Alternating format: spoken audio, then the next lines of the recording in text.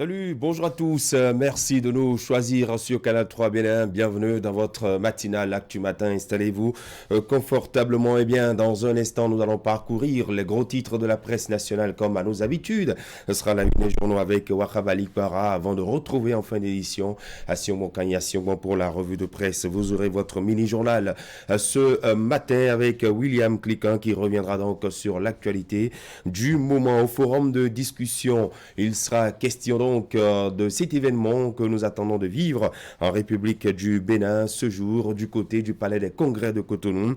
Ce sera l'acte 2 de la présentation du programme d'action du gouvernement pour le quinquennat 2021-2026. Un peu plus de 12 000 milliards de francs CFA d'investissement pour réaliser le vaste projet prévu pour le Bénin. Ça, nous le savons, depuis le 15 décembre, le Conseil des ministres a approuvé le document. Il sera présenté au cadre des ministères et aux directeurs généraux des différentes agences. Et puis, hors de nos frontières, du côté du Mali, la transition et la nouvelle donne.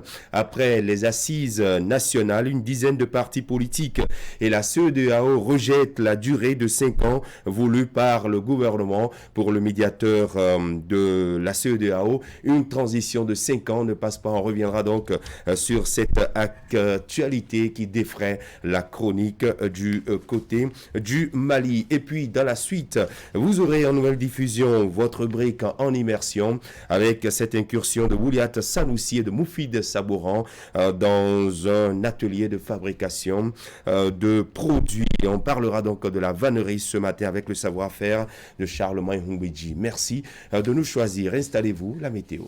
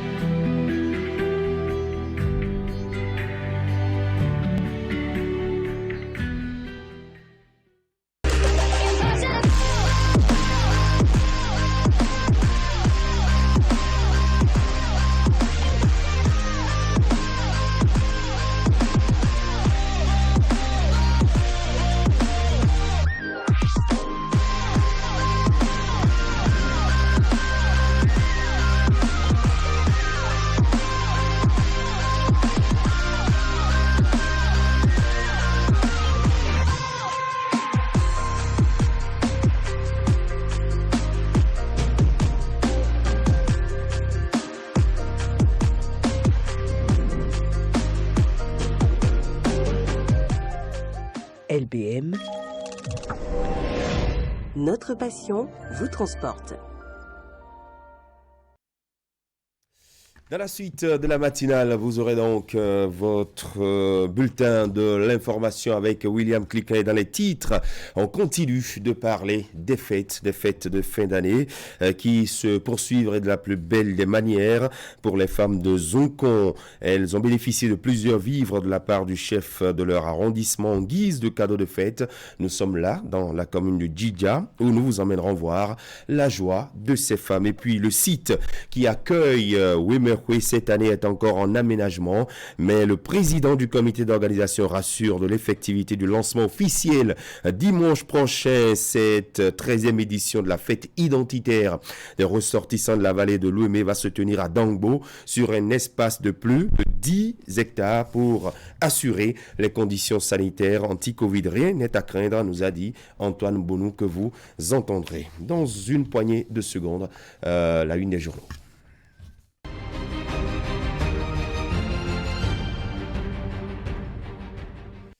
Et nous sommes avec vous, Wakhabali Kwara, bonjour. Bonjour Christian et bonjour à tous. On va prendre les premières informations ce matin telles que relayées par les quotidiens, à commencer par Fraternité qui nous apprend donc aujourd'hui au Palais des Congrès de Cotonou, le PAG2 sera dévoilé. Pas de grande messe en tout cas. Les cadres des différents départements ministériels sont conviés. À cela s'ajoutent les directeurs généraux des directions et donc des agences sous tutelle. On va commencer donc par Fraternité qui titre aujourd'hui, quinquennat 2021-2026, le PAG dévoilé ce jour jeudi. Écologie et développement durable, des actions salutaires à l'actif du gouvernement. Création des aires marines protégées à Cotonou et à Grand Popo. 1200 hectares à Glodjigbe dans la commune d'Abomey-Calavi pour abriter un parc solaire destiné à la zone industrielle.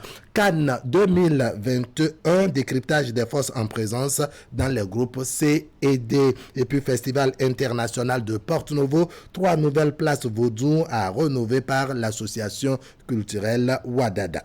À la une du quotidien de service public La Nation, suppression de l'abattement lié au nombre d'enfants à charge, une vieille injustice réparée selon le secrétaire général adjoint du gouvernement Wilfried Léandre Humbedji. La Nation qui nous apprend également que la date a été reportée, la date de l'exposition des trésors culturels restitués a été reportée. Aire marine protégée à Cotonou et à Grand Popo, 2 fleurons en gestation. Pêcheurs et écologistes satisfaits selon La Nation.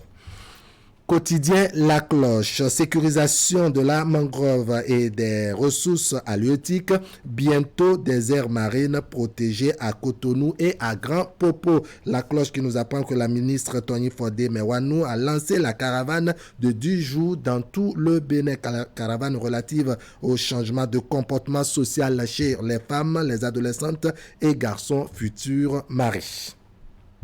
Quotidien L'actualité, quinquennat 2021-2026, présentation ce jour du programme d'action du gouvernement, talon de pas de grande messe des cadres des ministères conviés. Quotidien Le Matinal, la cérémonie de présentation de vœux de Nouvel An, le Bloc républicain célèbre l'engagement de ses militants en 2021. Une information que vous aurez tout à l'heure en son et en image dans le bulletin matinal de William Cliquant et pourquoi pas dans le reste de nos éditions. Lutte contre la COVID-19 au Bénin, plus d'1 million de personnes totalement vaccinées. Le taux de couverture vaccinale en progression, constate le matinal. L'autre vision, création des aires marines protégées à Cotonou et à Grand Popo, le gouvernement talon dans une approche écologique. Lire le relevé du Conseil des ministres dans les colonnes de l'autre vision. Et puis partenariat entre la SOGEMA et la SGDS. Après 8 mois de collaboration, les actions passées à la loupe.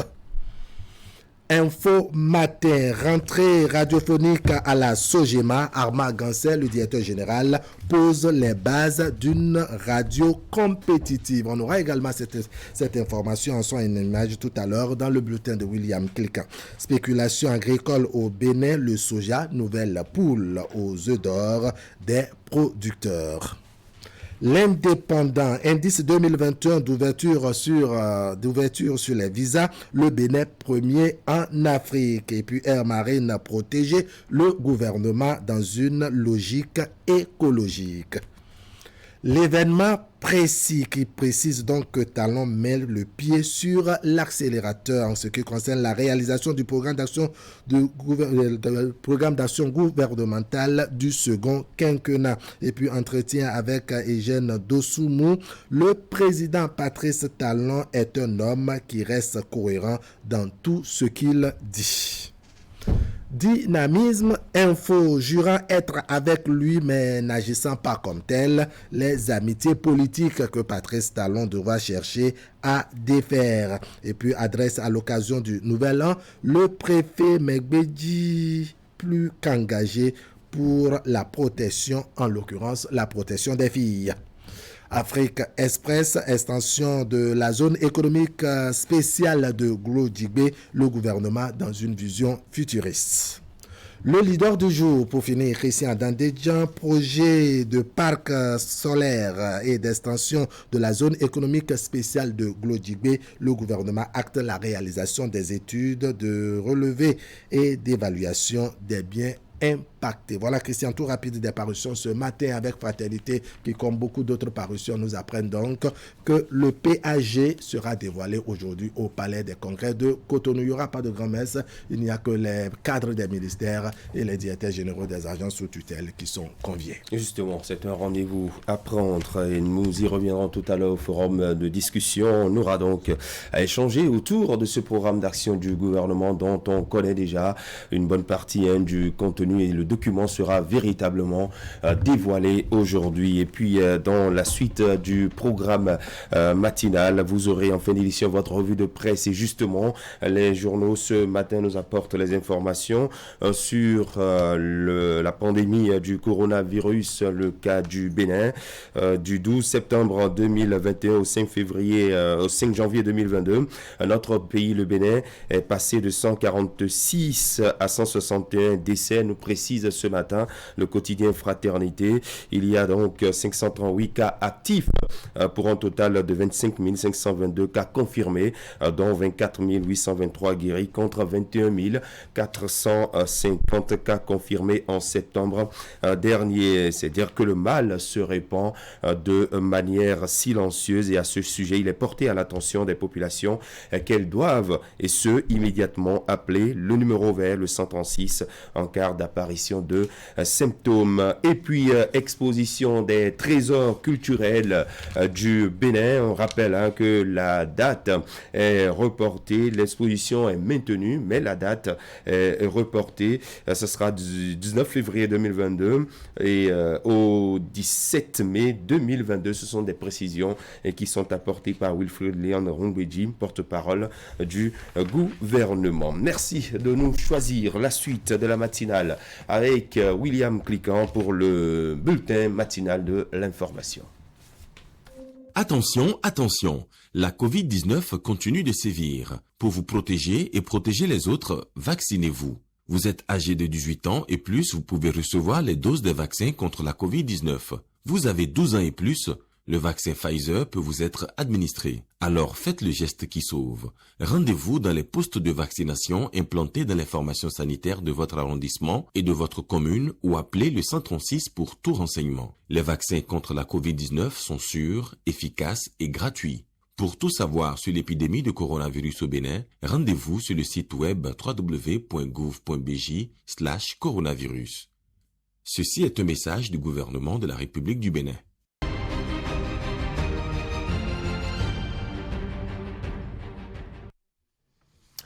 Dans les titres, on l'annonçait, le développement dans un instant et de la joie dans le rang des femmes de Zonkon dans la commune de Djidja. Elles ont reçu des présents composés de pâtes alimentaires, de sacs de riz et bien d'autres produits. Les dons proviennent de leur chef d'arrondissement et ceci vise à permettre à ces dames de passer de bons moments de fête de fin d'année, de nouvel an. Le point de la rencontre dans ce reportage signé Imet Hélène Amoussou et Georges Vaudounon. Un véritable rassemblement digne des jours de réjouissance. Ces femmes de l'arrondissement de Zoukon dans la commune de Djidja extériorisent ici leur joie. Sorties massivement pour répondre à l'invitation de leur chef d'arrondissement, elles ont eu avec l'élu local un moment d'échange et aussi de partage. Charfis et Seko a offert à chacune d'elles de quoi passer de meilleurs moments de fête du Nouvel An.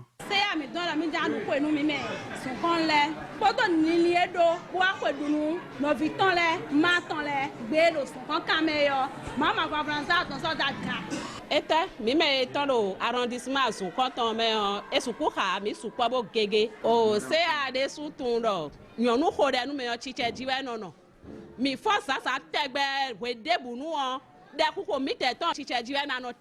Les dons distribués sont composés essentiellement de pâtes alimentaires et de riz, d'additifs d'assaisonnement et autres. Très touchés par le geste, les bénéficiaires n'ont pas tari de bénédiction à l'endroit du donateur.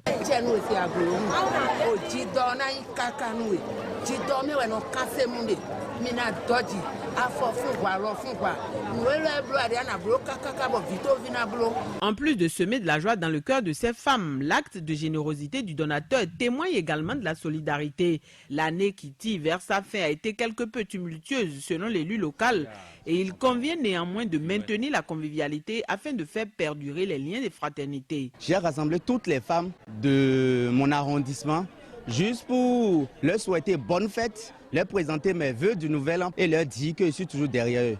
La saison écoulée n'a pas été très reluisante et puis les travaux champêtres n'ont pas donné puisque nous sommes dans un arrondissement rural où les femmes se basent juste sur les travaux champêtres pour pouvoir s'en sortir. Et c'est pourquoi j'ai pris l'initiative de distribuer des vivres aujourd'hui et juste pour qu'ils puissent fêter au moins en famille, ne serait-ce qu'un repas chaud et le jour du nouvel an. C'était mon objectif. Avant de prendre congé de ses hôtes, le chef de l'arrondissement de Zounkon a présenté les vœux du nouvel an à la population. L'homme a également promis faire de son mieux pour répéter l'initiative l'année prochaine. Et puis au bloc républicain, on a encore sacrifié à la tradition de présentation de vœux de nouvel an. William. Oui, bonjour Christian. Bonjour. Dans la soirée de ce mercredi, le bureau politique du parti, à la faveur d'une cérémonie fort simple, a formulé ses souhaits de bonne et heureuse année 2022 au secrétaire général national du parti, le ministre d'État Abdoulaye Biotchadé. Occasion également pour l'ensemble des responsables du parti de faire le bilan des actions menées courant 2021. Le point de la cérémonie avec Idrissou Boukari et Deron Pevi. 2022 démarre sous les meilleurs auspices au bloc républicain. Mercredi 5 janvier, on sacrifie à la tradition de présentation de vœux de la nouvelle année au premier responsable du parti. Robert Guyan, premier vice-président de l'Assemblée nationale et secrétaire général national adjoint, va, au nom du bureau politique et l'ensemble des militants du BR, formuler les bons vœux au ministre d'État chargé du développement et de la coordination de l'action gouvernementale. Je voudrais, au nom du Parti Bloc républicain, de ces instances dirigeantes et à mon nom propre, souhaiter à vous-même, monsieur le secrétaire général national, aux membres de votre famille et à tous ceux qui vous sont chers, les vœux les meilleurs de robuste santé, de paix profonde et de bonheur, qu'Allah vous comble de ses grâces et de ses bénédictions et vous éclaire dans l'exercice de votre leadership à la tête du Parti Bloc républicain. De bons vœux pour la nouvelle année, mais aussi le bilan de l'année écoulée. 2021 a été une année d'intenses activités politiques, notamment avec la tenue de l'élection présidentielle. Le Bloc républicain y a pris part activement et a conduit avec dextérité la campagne du duo Talon-Talata. À l'heure du bilan, on peut se féliciter de la contribution du Bloc républicain à l'élection du président Patrice Talon pour un second mandat. Le duo candidat investi par notre parti a remporté la victoire avec un taux de plus de 86% de suffrages exprimés. C'est donc avec une fierté légitime que le Parti Bloc républicain affirme que cette victoire est sa propre victoire. Le Bloc républicain a été également renforcé à travers l'adhésion massive des militants, mais aussi et surtout la fusion avec les partis PSD de Emmanuel Golou et de l'UDBN de Claudine Prudencio. Le parti est certes hulé, mais le challenge de 2023 s'annonce immense. Le Bloc républicain, c'est une base électorale de plus d'1,5 million de suffrages potentiels et 2022 est l'étape ultime de mise à niveau pour engranger le maximum de sièges aux prochaines consultations électorales. C'est une année qui peut paraître a priori facile, il n'y a pas grand-chose à faire, mais je veux nous demander d'être vigilants parce que c'est au cours de cette année que nous allons préparer les succès de 2023.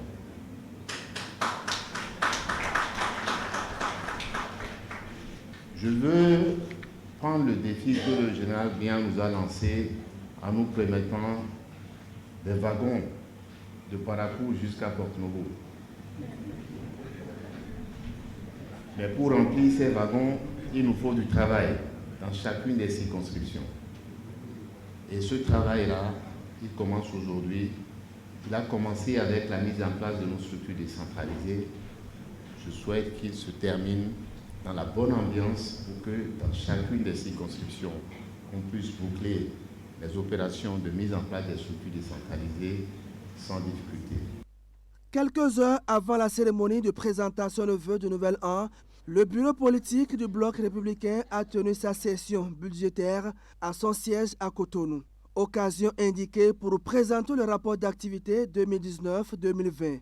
Les travaux de la session aboutiront à l'adoption du budget 2022. Un budget qui permettra au parti de mieux faire face aux défis qui s'imposent à lui. Toujours dans la journée de ce mercredi, la radio Sogema a innové sous la coupole du directeur Armand Gansset en présence d'un parterre de personnalités et d'invités de facture. Personnel de la radio, responsable investi et le directeur général de la Sogema lui-même ont répondu présent à la cérémonie ayant consacré la rentrée radiophonique de la 87.5, nous disent Akime Ousseni et Henri Ganti. Le 5 janvier 2022 restera historique et gravé dans le marbre des faits singuliers de la vie de la radio Sogema. Elle émet du marché d'Antokpa à Cotonou.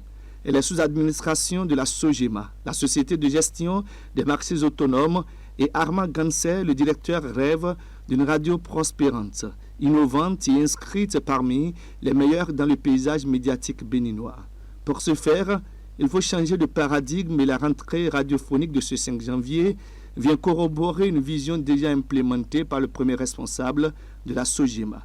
Par la présente cérémonie, je voudrais appeler votre attention sur la nouvelle page qui s'ouvre dans la vie de la radio Sogema, celle de la hisser au rang des radios de pointe de notre pays. Et pour atteindre cet idéal, en cette année 2022, des actions fortes se menaient depuis quelques années pour redorer le blason de la dite radio. Il s'agit notamment de la rénovation de ces locaux, de l'acquisition d'équipements sophistiqués qui portent aujourd'hui très loin la voix de la radio, du recrutement de personnel qualifié, de l'actualisation de son statut organisationnel avec à la clé la nomination d'une chef d'antenne, d'un chef de programme, d'un rédacteur en chef et d'un responsable technique. Au-delà de ce existant, de nouvelles actions sont à décliner. En 2022, cap sera mis sur le renforcement de l'imposition de l'écoute de la radio aux usagers à travers la réalisation des travaux complémentaires d'extension dans d'autres secteurs, l'adoption d'un nouveau programme. Et justement, la grille des programmes saison 2022 a été parcourue et présentée au public et aux auditeurs par le chef programme. La radio Sogema va présenter des flashs d'information, des éditions de flash d'information. 7 éditions de flash d'information par jour et dans 2 langues différentes, à savoir le français et le fon. Le flash d'information en fond n'existe sur aucune radio de Cotonou. Et puisque nous sommes dans le marché d'Antokpa, nous devons informer nos mamans. Nous avons instauré ça dans notre grille. Donc désormais, vous pouvez écouter les flashs d'information en fondé sur Radio Sogema. C'est une innovation que nous avons apportée à notre grille des programmes. Dans l'ensemble, le pari d'informer, d'éduquer et de divertir autrement est évident. Le CNPA a été bluffé, l'UPMB séduite et la Direction pour le développement des médias dresse des lauriers à Armand Gansset dont le leadership impacte la vie de la radio Sogema qui émet sur la 96.5 FM. Et voilà, reportage présenté par Hakim Seydou Ouseni. Et dans la suite de la matinale et du bulletin de l'information, vous savez que nous sommes à quelques jours du 10 janvier, en prélude à la commémoration de la fête des religions endogènes en République du Bénin. On descend dans l'ère culturelle à Diatado, au sud-ouest de notre pays, auprès de quelques divinités. Oui, prêt pour embarquer à la découverte de deux d'entre elles, Sakpata et Khebioso, dans ces territoires à cheval entre le Bénin et le Togo. Nos deux guides de circonstance, Geoffroy Vincent et Florent Dou.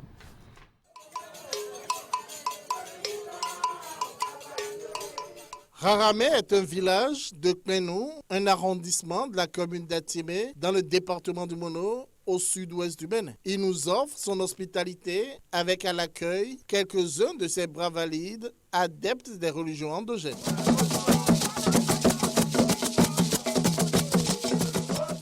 Comme il est de coutume, chaque année, en cette période, le village vit au rythme des rites et rituels du Huetanou, une cérémonie traditionnelle annuelle.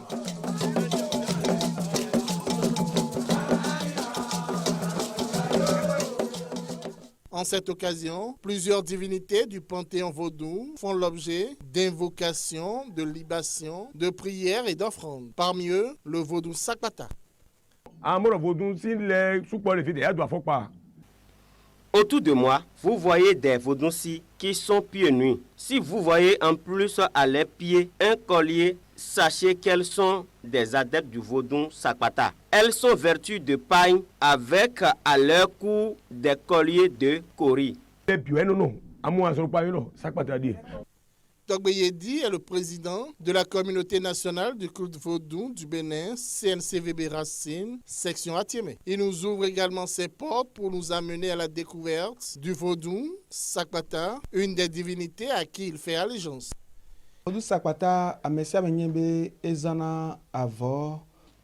Le vaudou Sakpata utilise surtout des tissus de couleur rouge, blanche et noire. Ces adeptes utilisent des tissus avec plusieurs motifs et dessins. Le rouge au vin est aussi une couleur de Sakpatasi, les adeptes du vaudou Sakpata. Rouge au vin pour nous, Sakpatasi.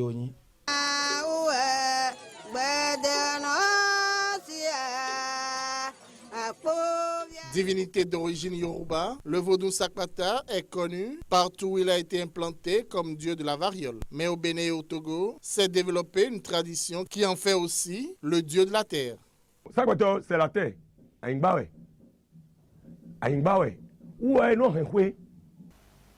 Sakpata est une divinité qui protège la maison. Quand vous respectez ses interdits, votre maison est sous sa protection. Le Sakpata, c'est la terre. Elle éloigne des maladies et apporte de la chance. Ne pas respecter ces interdits est source de nombreux problèmes, dont la variole. Il est par exemple interdit de balayer la nuit.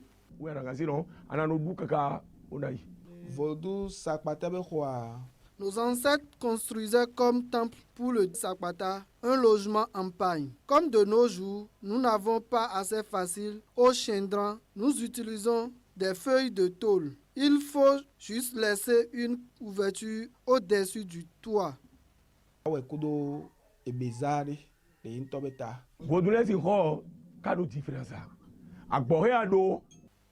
Pas de différence en réalité entre les temples des divinités vaudou. Tout dépend des moyens dont tu disposes pour le réaliser. Si pour construire un temple pour le vaudou Sakpata, on utilise souvent de la paille, c'est juste à cause des bruits qu'occasionne une pluie pour tomber sur un toit. Le vaudou est souvent gêné par ce bruit.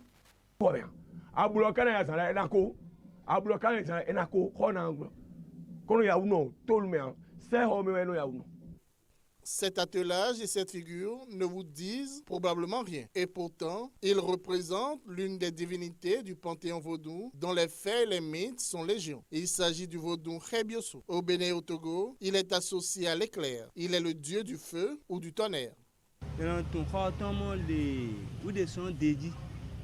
Le temple du vaudou Khebioso se reconnaît par les dessins qui figurent sur son mur. Les dessins représentent souvent les bienfaits qu'il procure. ase be no do ato ase we no blo fe idire wa ne de no gbagan ma tun pe ho ma so me da holo ade deji. Selon ses prêtres et prêtresses, la divinité Rebioso apporte la pluie. Il accroît l'instruction morale et civique de l'homme.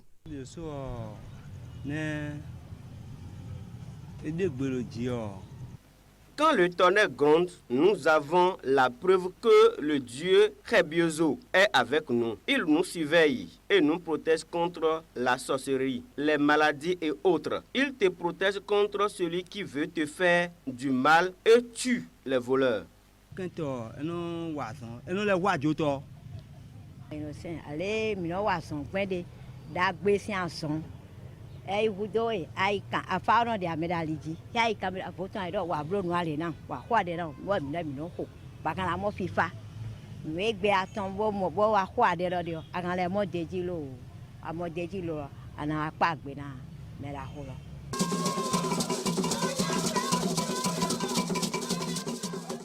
Contrairement aux religions monothéistes, chez les animistes, un adepte peut faire allégeance à plusieurs divinités. Son appartenance à tel ou tel cercle transparaît dans son accoutrement ou comportement. Je suis le prêtre de 3 divinités, Rebioso, Dan et Sakpata. Pour reconnaître les adeptes de Rebioso, il faut faire attention à leurs accoutrements et à leurs perles.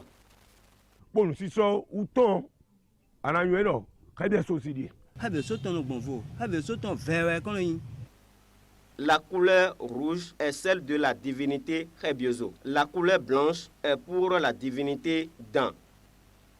Les adeptes du vaudou Rebioso ont des balafres en forme d'étoile. Mais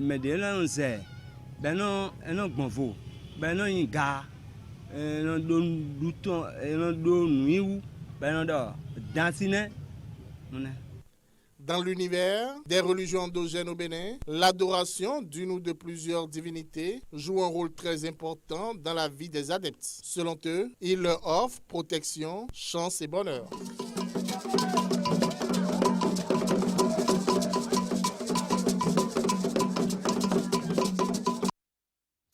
Eh bien, il n'y a pas que la fête des religions endogènes en préparation. À compter du 9 janvier, de dimanche donc, la commune de Dangbo va vibrer au rythme de la 13e édition de Wemerwe. À moins d'une semaine du démarrage de cette fête identitaire, des ressortissants de la vallée de l'Ouémé, les membres du comité d'organisation sont descendus sur le site pour apprécier le niveau des préparatifs.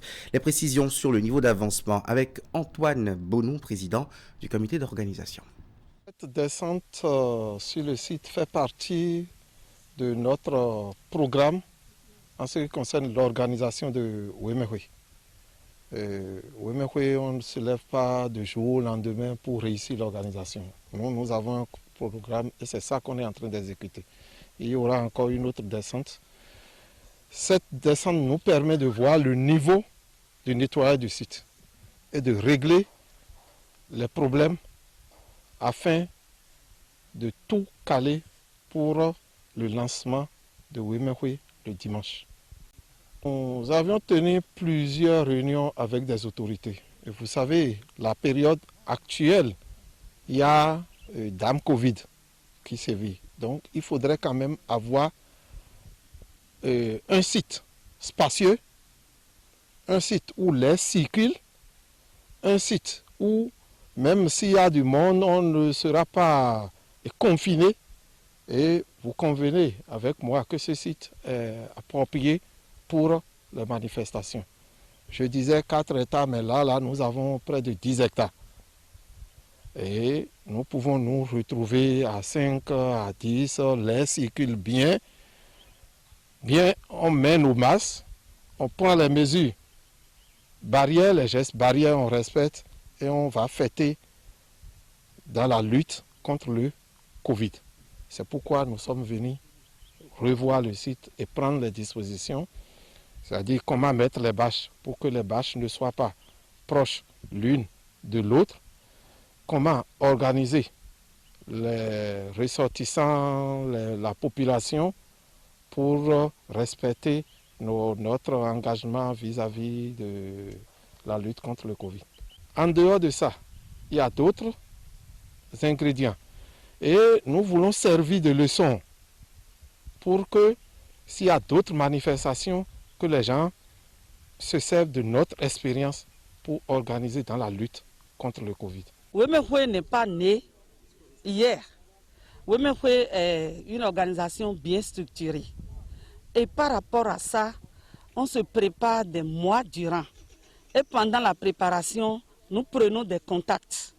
Et cette année, c'est l'occasion de remercier Madame le préfet du département. C'est elle qui a pris le devant des trucs.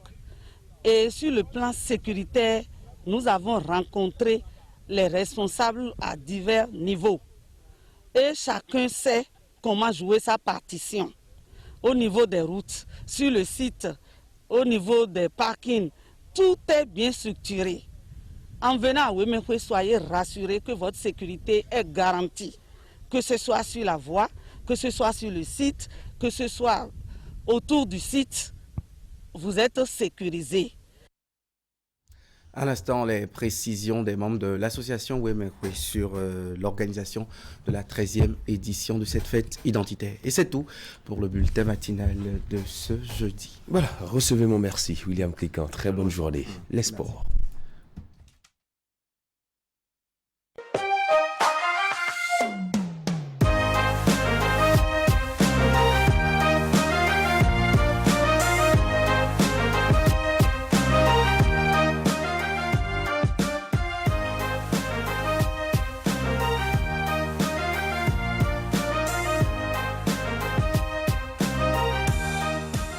LBM,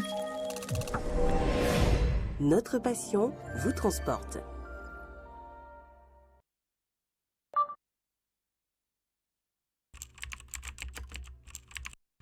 Votre chaîne Canal 3 Bénin à portée de main.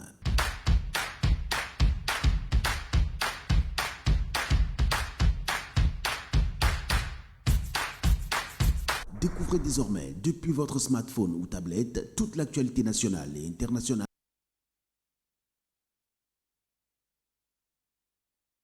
Vos émissions préférées de la chaîne Canal 3 en live 24/24 ou que vous soyez à travers son application disponible en téléchargement libre sur Play Store. Canal 3 et sur le www.canal3television.com. Vous êtes les bienvenus.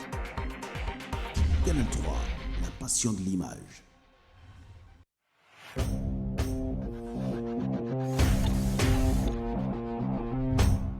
Chers clients, partenaires et abonnés du groupe de presse Fraternité, pour toute commande et information relative à nos produits et prestations à Fraternité FM, Fraternité, Canal 3 Télévision, appelez les numéros suivants aux heures et aux jours ouvrés.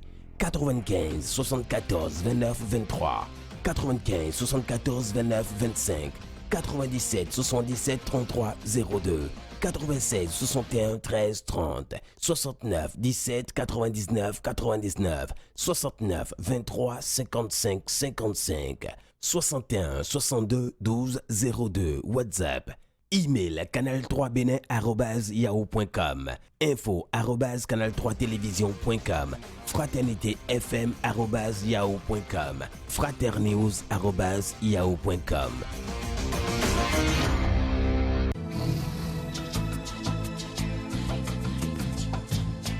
Vous aimez la qualité, vous exigez la finesse. Pour tous vos travaux en impression, flyers, affiches, dépliants, brochures, calendriers, facturiers, faire-part, cartes de mariage, cartes de visite et vos travaux en sérigraphie. Une seule adresse, l'imprimerie du groupe de presse Fraternité qui vous propose des prix défiant toute concurrence. Imprimerie Fraternité, c'est une équipe dynamique avec du matériel de dernière génération capable de vous produire en quantité, qualité et avec célérité.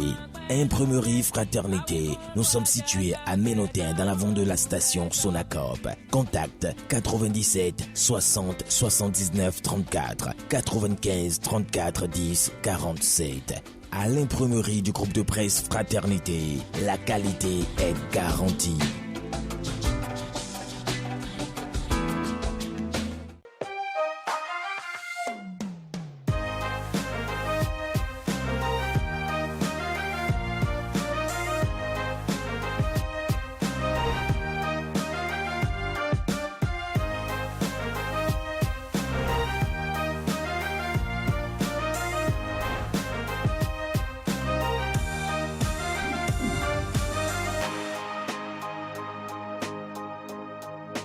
LBM.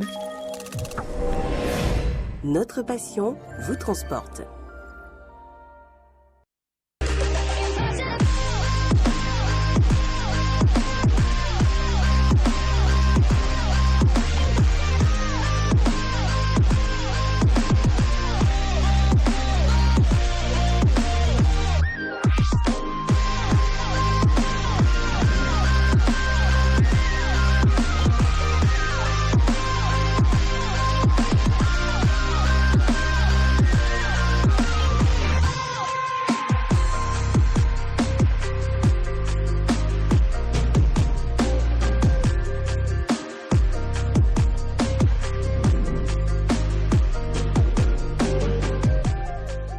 LBM. Notre passion vous transporte.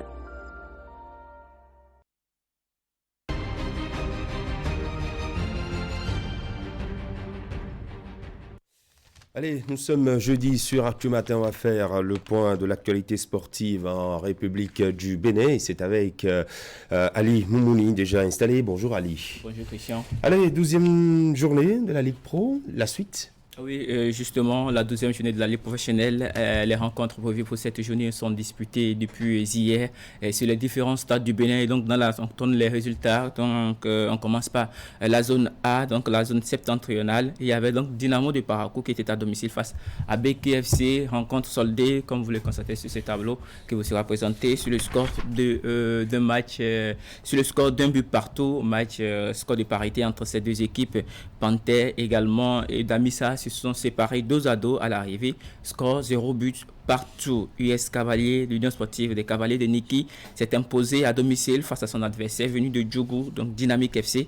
À l'arrivée, score 1-0. Dans la zone B, Cochin Énergie s'est imposé à son adversaire. Union sportive Baboni, 1-0. La Estonais et Dynamo Dabomey se sont séparés également 2-2 sur le score de 2 buts partout. Idem, même score entre Rodio et Lotto FC, alors que Lotto avait pris l'avance à l'entame de cette rencontre sur le score de 2-0 Christian, mais ils se sont fait rattraper avant la fin de la rencontre. Soleil s'est incliné quant à lui face à Dadjer FC, Dadjer qui continue de faire une belle performance dans cette zone. Score à l'arrivée 3-2. Espoir de Savalou est au repos dans ce groupe. Dans la zone C, il y a UPONM et Adjidja qui se sont séparés 2-2 sur le score de 0 but partout. C'était sur le terrain du campus Top Mekalavi hier. Pendant ce temps, l'association sportive de la police républicaine s'est inclinée face au requin de l'Atlantique. Score 2-0. AS Cotonou s'est imposé à Coton FC. Coton FC qui également se retrouve en difficulté après sa très belle entame de la compétition Christian. Je crois après 7 journées, le club qui avait enregistré 6 victoires sans aucune défaite commence par dégringoler progressivement. Je crois qu'il est temps pour les dirigeants de cette équipe de reprendre, je dirais, les taureaux. Pas les cônes. Christian, on finit par les résultats de cette 12e journée des rencontres disputées ce mercredi avec les résultats de la zone D. Il y avait l'association sportive de la vallée de Louémé qui s'est imposée à son adversaire avant Communisport. Score 1-0 à l'arrivée. Jeffa et Ayema se sont séparés 2-2. Score 0 but partout. La jeunesse athlétique de Kétou s'est imposée 3-1 à son adversaire, la jeunesse sportive de Pobet. Et les Dragons également qui ont enregistré un succès. Pour finir, 2-0. La S Soubemap était donc au repos dans cette zone. Christian, la suite c'est aujourd'hui, cet après-midi avec 2 rencontres seulement. Dans la zone A, il y aura le Real Sport qui sera face au Buff FC du Parakou dans un derby bien sûr. Paracois. Et puis pour finir, dans la zone C, il y aura la rencontre éternelle Omnisport. Aspak Sitatunga est au repos dans la zone C. Et dans la zone A, c'est l'AS Takoné qui est au repos. Voici donc ce qui concerne les différentes affiches pour cette 12e journée, la suite et fin de la 12e journée comptant pour qui seront discutés aujourd'hui. Voilà, nous sommes jeudi. Vous nous proposez l'interview. Oui, l'interview du jeudi, c'est une nouvelle année, Christian. Et puis, pour la plupart des athlètes du sport individuel, c'est l'heure de projection pour la nouvelle saison. Pour commencer, nous avons rencontré le tennisman Sylvestre Monou, numéro 1 du Bénin, avec qui nous avons fait le point de la saison qui vient de terminer et ses projections pour 2022. L'interview du jeudi de ce 6 janvier 2022, c'est une réalisation d'environ 5 minutes. que je vous invite à suivre.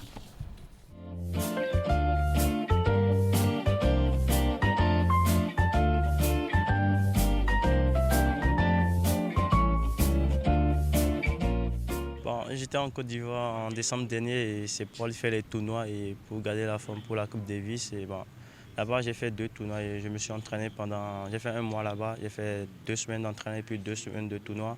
Pour la première tournoi, j'ai perdu en demi-finale contre Joël Médard qui avait gagné la première étape. Après ça, 1 semaine après, j'étais sur Abidjan à m'entraîner et après j'étais à San Pedro. Et là, on a fait la deuxième étape et du coup, c'est moi, j'ai gagné la deuxième étape. J'ai battu Joël Médard en finale, mais j'ai vécu des matchs difficiles à partir de quart de finale et en demi-finale. En finale, je me suis bien donné avec la concentration.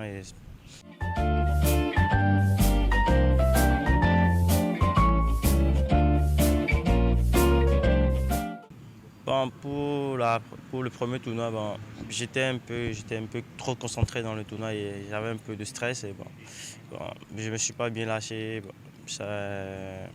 Le match était serré. À 4 partout, j'ai perdu mon service. J'ai eu des discussions sur un point. Là, ça m'a fait sortir du match. Concentrement, j'ai perdu le match en 2-7 parce que je n'étais pas trop concentré, je n'étais pas trop dedans. Il y avait l'arbitre un peu qui n'était pas dans le match. Et au lieu de me concentrer, moi-même, j'ai dû lâcher le match après parce que j'étais trop énervé sur le terrain.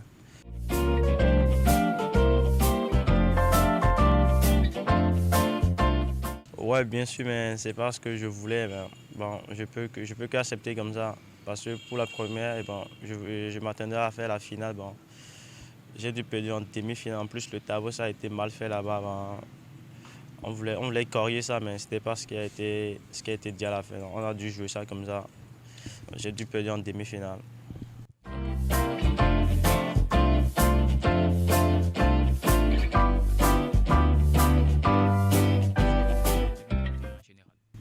En 2021, avec l'histoire de Covid, on n'a pas pu faire assez de tournois depuis 2020 et ça ne nous a pas bien permis de s'entraîner comme ça. Il fait les tournois.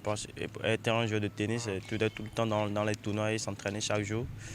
Pendant la Covid, on n'a pas pu faire assez de tournois comme ça. Donc, ça nous manquait un peu plus de matchs dans les jambes. En 2021, on était à la Coupe Davis avec l'équipe nationale en Égypte. L'objectif, c'était de se qualifier pour la zone 2 mondiale. On a pu atteindre l'objectif et grâce à mes coéquipiers aussi, Delmas et Alexis Clego.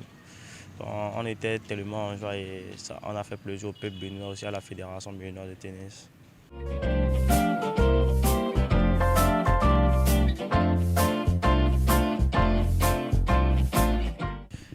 Cette année, on a la Coupe Davis qu'on doit jouer ici dans 1 mois. C'est en mars et au stade de l'Amitié, je pense bien. On doit jouer le Hong Kong. Je ne sais pas si ça va tenir vraiment ici ou on ira là-bas le faire. On attend juste la décision de la fédération. Et aussi, il y a un tournoi qu'on doit jouer à Porto, si je ne me trompe pas bien. Un tournoi qui sera organisé par Alphonse Gandonou, mon coach. Et aussi, moi, je dois aller en France et préparer les matchs par équipe en mai. Je joue avec Kempele en France, ça c'est en Bretagne, ça. On doit faire les matchs par équipe. Ça aussi, je dois préparer ça. Pour le moment, je suis en train dans les cours de visa et c'est ça que j'attends pour faire mon programme de cette année. Sinon, il y a la Coupe Davis d'ici bientôt. On doit commencer les préparations avec la Fédération béninoise de tennis.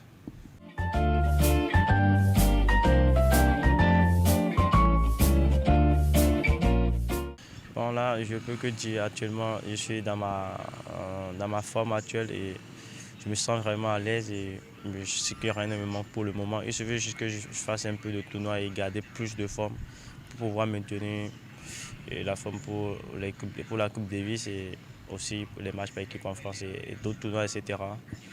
En 2021, j'ai vécu des moments difficiles aussi, des moments incroyables. En tant qu'un sportif, tu dois garder la tête haute. Quand que soit le temps qu'il est, tu dois garder la tête haute. Là, moi, je me suis bien donné avec la concentration, pas de découragement et j'ai pu atteindre mon objectif en 2021. Mais en 2022, je pense que ça serait mieux vraiment parce que là, nous sommes dans le premier mois de l'année. Et je m'entraîne chaque jour, je garde la forme, aller à la salle de gym et avec mon coach. Je pense que cette année, ça sera mieux que l'année dernière. Et je ne sais pas vraiment. Je peux que dire, je ne promets rien, mais je pense que ça va aller vraiment cette année.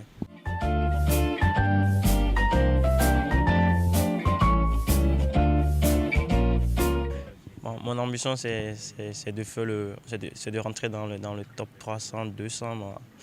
S'il y a les moyens, on peut le faire bien.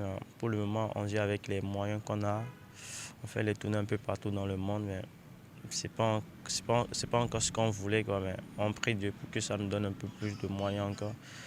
Moi, en 2022, je pense que je vais progresser un peu dans mon niveau et puis faire l'essentiel aussi.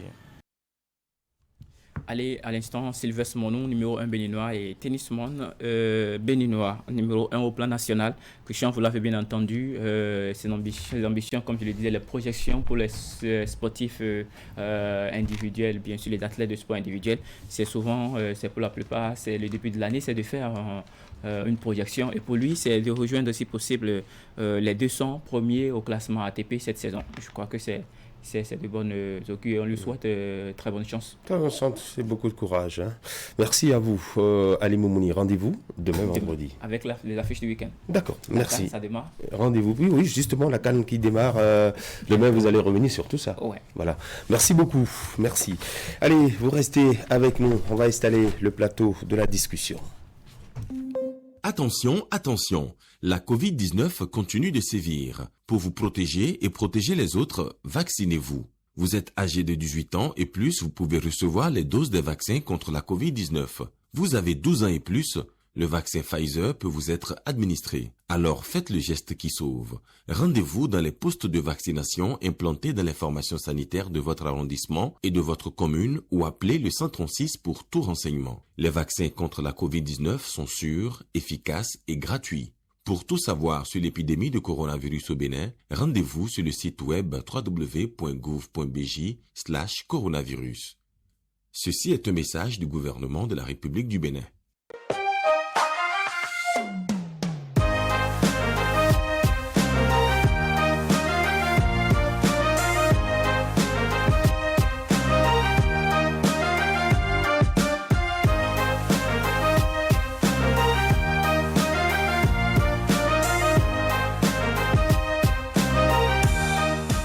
LBM, notre passion vous transporte.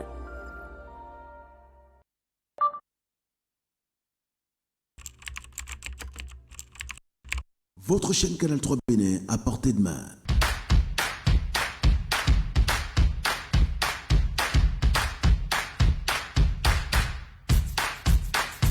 Découvrez désormais, depuis votre smartphone ou tablette, toute l'actualité nationale et internationale, vos émissions préférées de la chaîne Canal 3 en live 24/24, où que vous soyez, à travers son application disponible en téléchargement libre sur Play Store. Canal 3 et sur le www.canal3television.com, vous êtes les bienvenus. Canal 3, la passion de l'image.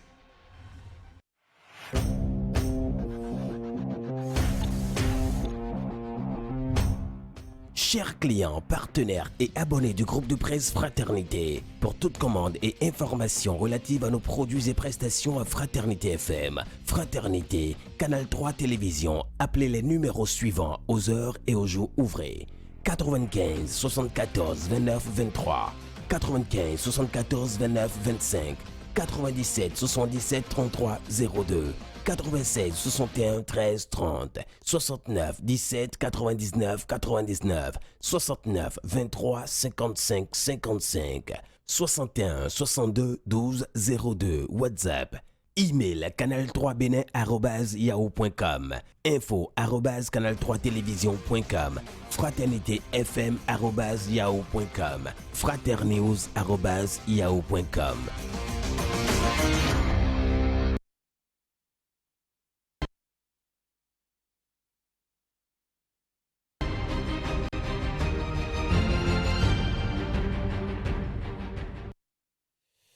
Allez, le duo s'est installé. Herman Agnamoussou, bonjour. Bonjour, Christian. Bienvenue sur Actu Matin, Wakhabali Para, bienvenue en plateau.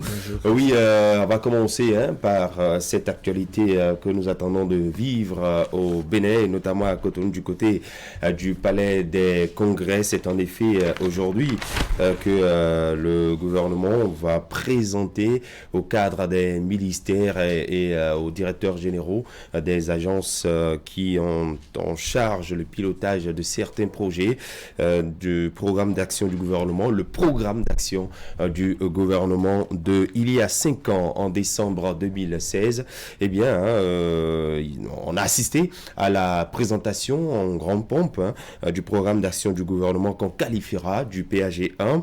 Ceci avait mobilisé le grand public, la presse nationale et internationale, toute une logistique pour faire découvrir au monde ce que le gouvernement préparait pour le Bénin, et ceci qualifié de Bénin révélé. Allons, avant le PAG2, faire un petit bilan du PAG1, satisfaction de part et d'autre des réalisations faites. Herman? D'abord, rapidement, le PAG1, le Bénin révélé, c'est un document de 98 pages. Pas pour dire que c'est assez colossal, c'est assez difficile à déchiffrer, parce que c'est bien aéré, avec des images, avec une bonne infographie qui permet de cerner chacune des actions prévues par le gouvernement. Après le diagnostic et les orientations stratégiques, le PAG1 reposait sur 3 piliers. On nous a parlé de consolider la démocratie, c'est-à-dire renforcer les bases de la démocratie, améliorer la gouvernance. Le pilier 2, c'est engager la transformation structurelle de l'économie, ce qui suppose le cadre macroéconomique qui est assaini, la croissance économique et puis l'éducation. Et le pilier 3, c'est améliorer les conditions de vie des populations, ce qui suppose là également qu'on puisse faire en sorte que les services sociaux de base soient accessibles à tous et qu'on puisse participer à un développement équilibré et structurel national. Ensuite, la modalité 3, le troisième élément, c'est les modalités de mise en œuvre. On parle de financement, de mécanismes de mise en œuvre, du cadre de suivi et évaluation des risques et facteurs clés de succès de la mise en œuvre. Et là également, et c'est ce dernier point-là que je vais rapidement aborder, on dit que pour l'approbation par tous du PAG, il nous fallait une stratégie de communication basée sur la transparence et la démonstration des résultats qui sera élaboré. Cette stratégie de communication, on ne l'a pas eu, de sorte que quand tout de suite on a commencé par le projet asphaltage et qu'on a commencé par casser certains endroits, des populations tout de suite se sont braquées et se sont dit, mais tiens, on n'a pas élu un gouvernement pour qu'il vienne nous pourrir la vie. Et par la suite, aujourd'hui, vous voyez des maisons qui sortent de terre, vous voyez des restaurants qui sortent de terre parce que désormais la voie passe, parce que désormais il y a une vie qui se développe autour de ces quartiers-là. Quand vous prenez la seule voie qui longe les rails de Godomega jusque là-bas, vous voyez qu'il y a un centre de vie qui se développe autour parce que tout est éclairé désormais. De sorte que pour le PAG2 qui va être lancé, ce qu'on attend du gouvernement, c'est qu'on puisse vraiment nous faire toucher du doigt ce qu'on veut faire, pour qu'on ne puisse pas encore se remettre dans l'ancien état d'esprit qui consistait à penser que oui, c'était le gouvernement des maquettes. N'oubliez pas que c'est ce que les pouvoirs du régime disaient. C'est le gouvernement des maquettes, parce qu'on se dit non, waouh, c'est grandiose, ça ne peut pas être réalisé. Aujourd'hui, tout le monde se rend compte que ce qui avait été prévu a été réalisé dans une certaine mesure, parce qu'on ne dira pas que tout a été réalisé.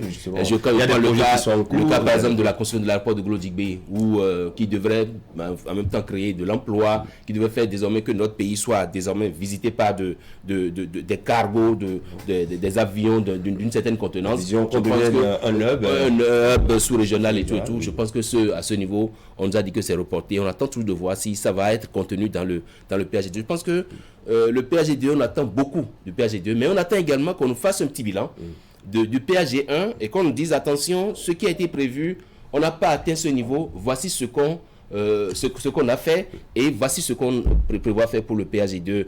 N'oublions pas également au niveau des rails, parce que quand on parle de développement durable, la durabilité de nos routes tient de l'état des rails. Parce que si les rails peuvent transporter les conteneurs, ça permet à nos routes de pouvoir durer dans le temps. Est-ce que dans le PAG2, on promet, peut-être à dessein que hier, dans la présentation de vœux au niveau du bloc républicain, le général Bia a parlé de wagons qui quitteraient Paracoupe ou Porte-Nouveau et qui attendent d'avoir des passagers. Peut-être que c'est à dessein que l'image a été utilisée pour nous dire que désormais, on aura les wagons qui vont circuler, pourquoi pas de Malanville à Cotonou et tout jusqu'à Porte-Nouveau. Voilà. Justement, une certaine satisfaction du PAG1, Wahab Ali Para. C'est vrai qu'il l'a rappelé tout à l'heure, Raymond Parfait à Niamboussou, quand cela a été présenté en décembre 2016, on s'est dit, mais est-ce que c'est réaliste? Est-ce que c'est faisable en République du Bénin. Mais 5 ans après, bon, on a vu quand même qu'on est parti d'un point A à un point B, à un point C, ainsi de suite. Satisfaction totale de ce qui a été fait jusque-là, avant d'amorcer le PAG2. Oui, il sera certainement une continuité. Vous aurez noté dans la description d'un fils de cheminot, n'est-ce pas, sa passion et sa nostalgie pour les chemins de fer. Certainement que son message n'est pas tombé dans des oreilles de sourds, parce que effectivement, pour soulager nos routes, il faut que le chemin de fer reprend ses services, et de manière à ce que, comme je le disais, nos routes soient soulagées. Si les conteneurs, les wagons peuvent passer par là, ça va soulager. Maintenant, pour revenir à votre question de manière fondamentale, oui, on a noté que le programme d'action du gouvernement, le PAG1, a été effectif. Il y a eu sans doute des ratés par endroits, il y a eu certaines promesses qui n'ont pas été tenues, il y a eu, je dirais, des ratés, un peu comme l'a souligné Herman Anyambossou, c'est-à-dire la communication qu'il fallait. Préparer la population suffisamment en conséquence. Je précise suffisamment. On n'a pas été suffisamment préparé. On était habitué à une ancienne pratique, et vous comprenez que dès lors qu'on vient rompre avec les anciennes pratiques, quand il n'y a pas la lumière qu'il faut, quand il n'y a pas les explications qu'il faut. Mais quand on a fini de dire cela, il s'agit maintenant de constater les réalisations qui étaient promises dans le programme d'action du gouvernement 1 qui ont été effectifs. La question, les 3 grands piliers que Herman a cités tout à l'heure, la réalisation des infrastructures et autres, on a constaté ça. La question de l'amélioration de la gouvernance, on a constaté cela. Même si selon la position que vous occupez, vous avez vos commentaires et appréciations autrement. Quand il a été question, par exemple, d'interpeller des Béninois, des concitoyens, pour rendre compte de leur gestion, de leur gestion, c'est toujours à l'effet d'améliorer la gouvernance. Mais la position de certains estime que les amène à estimer que c'est une chasse aux sorcières, c'est une manière de taquiner.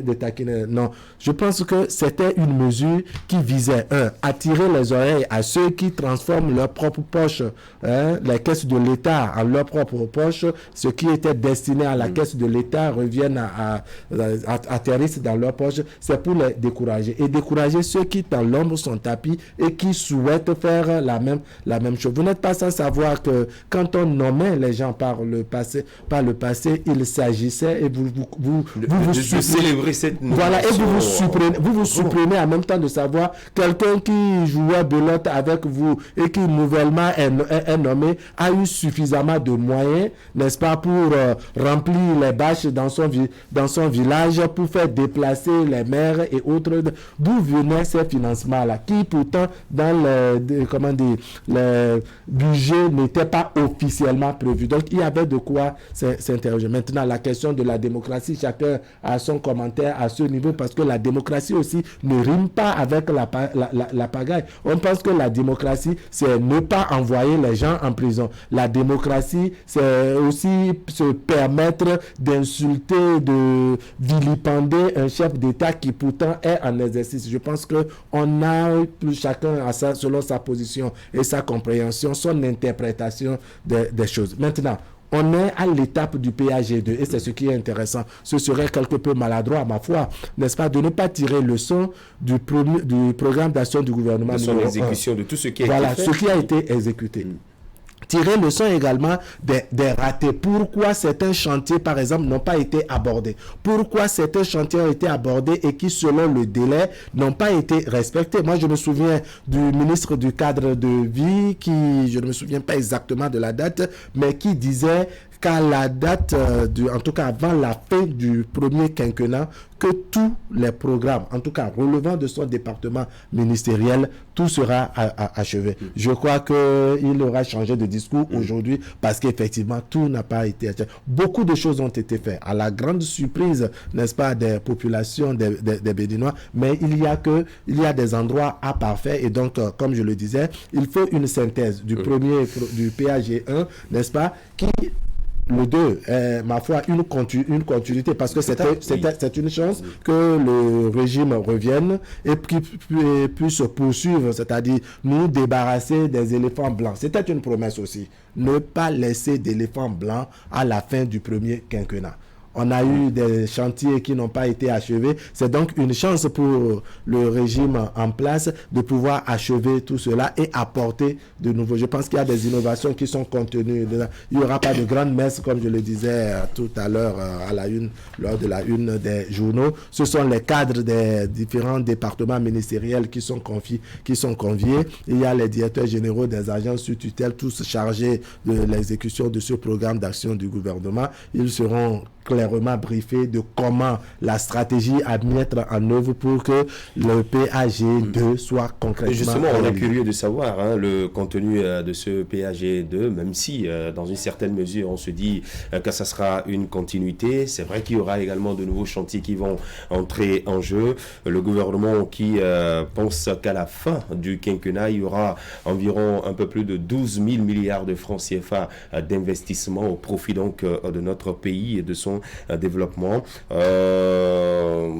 Qu'est-ce qui sera fait? Qu'est-ce qui sera dit aujourd'hui? Ce sont là les questions que nous nous posons. Et vous, qu'est-ce que vous attendez, Herman Agnamboussou, des grandes annonces qui N'oubliez pas que c'est le PAG2, le PAG1 qui nous a permis d'avoir la centralité de Badal d'État avec plusieurs mégawatts. Et ce qui avait déjà été prévu à la réception de cette centrale-là, c'est qu'on puisse lancer également une autre centrale de sorte que le Bénin puisse aller à cette autosatisfaction au plan énergétique et pouvoir même vendre l'énergie électrique dans d'autres pays. C'est ça d'ailleurs qui fait que de moins en moins nous assistons à ce qu'on appelait état dans ce pays. Les coupures tempestives d'électricité. Ensuite, il y a eu que le projet asphaltage aussi. Le projet asphaltage, c'est d'ailleurs là qu'on a entendu tout ce qui entourait l'asphaltage, parce qu'on nous avait dit que c'était un ensemble d'éléments, les voies, les pavés à poser, par endroits des bitumes également à poser, et ça s'accompagnait d'énergie solaire, de sorte que désormais on ne soit plus obligé de sortir beaucoup de nos poches pour pouvoir contribuer à l'électrification c'est pas public. On nous a également parlé des plantes qui devaient pousser par endroits. C'est vrai que au niveau de ces plants-là, on constate qu'effectivement les plants sont mis en terre. Il y a un effort qui est fait pour pouvoir les entretenir avec l'armatan. Il y a certains plans qui sont en train de mourir. On va demander plus de vigilance au cadre de suivi et d'évaluation pour que sur ces différents chantiers-là, ce qui est fait jusque-là ne soit pas oublié, parce que c'est au bout de l'ancienne corde qu'on va pouvoir tisser la nouvelle. Ça veut dire qu'on attend désormais de ce PAG2 qu'on puisse lancer l'autre phase de la stratégie qui sera plus immense que la toute première. On nous a lancé, et c'est d'ailleurs ça qui a été prévu au niveau des différents budgets sectoriels, qu'on puisse lancer la construction de plusieurs routes d'ici jusque dans les fins fonds du pays, et faire en sorte que la population puisse circuler librement. On nous a également dit que de Gbenan à Komassé, en faisant la rocade pour tomber à Lada, que la route sera lancée. Et la population attend ça dans la zone de Komassé. La fois dernière, quand j'étais dans la commune de Komassé pour le lancement dans le cadre de la tournée du préfet, le maire d'ailleurs rappelé, la population a rappelé qu'elles attendent du PAG2, qu'on puisse leur faire cette route-là. Je pense que les attentes de population, c'est de ça qu'il est question. Pour nous autres journalistes, c'est d'aller constater sur le terrain ce qui va être fait. Pour nous également, pour nos journalistes, c'est de nous approprier ce PAG2 pour voir si ce qui avait été prévu a été fait jusque-là. Parce que n'oubliez pas effectivement que même dans l'exécution du PAG1, il y a eu des avenants qui ont été signés. On avait parlé de tel nombre de kilomètres de route, après on a augmenté, après on a fait ci, on a fait ça. Je pense que c'est beaucoup d'éléments à la fois. Ce qui est clair aujourd'hui, quand vous voulez quitter par exemple Godomé pour aller à Fidrosé, vous avez plusieurs voies qui se présentent devant vous. Vous avez même un embarras de choix. Vous vous dites, mais par où je passe finalement pour aller. Et donc, vous voyez, il y a plus d'aisance à simplifier.